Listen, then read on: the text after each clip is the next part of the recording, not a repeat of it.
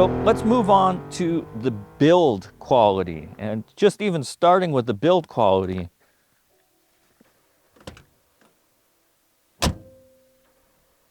Oh, that doesn't get any better than that, right?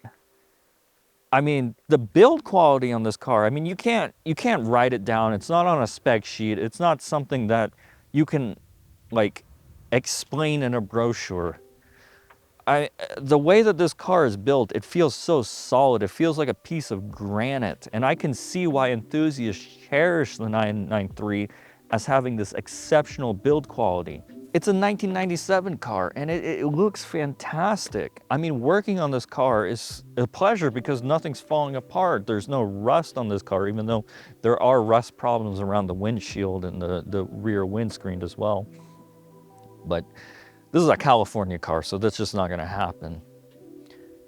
But the build quality on these cars is just, it's exceptional. Like everything about it, the way the doors open and just the way that everything is. If you ever taken the headlights out of this car, you just know that somebody spent a lot of time to engineer that mechanism and made it so easy to pull out the headlights and change the glass lenses. I applaud Porsche for doing something like that because most of the time it's just an afterthought. So it's really cool to see that.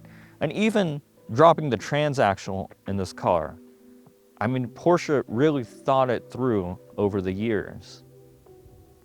Now, this car was developed at a time when Porsche was committed to entirely engineering excellence, I would guess, right? With less emphasis on mass production and cost cutting. Now, the 993 feels very solid. It feels handcrafted in a good way, not in a way that it's going to fall apart. And it is most certainly built to last.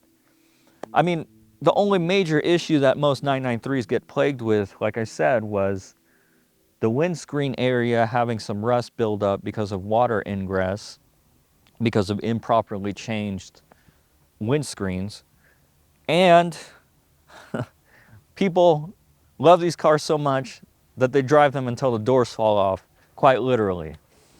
And what I mean by that is that 993s are plagued with this door check issue, meaning that the door hinge check actually breaks its weld, and you usually have to get it rewelded. This car's have it rewelded. What you would ding against the build quality, I'm not sure what changed there, but that is one of the major issues. But other than that, I mean, this car is built to last, and nobody can argue with that.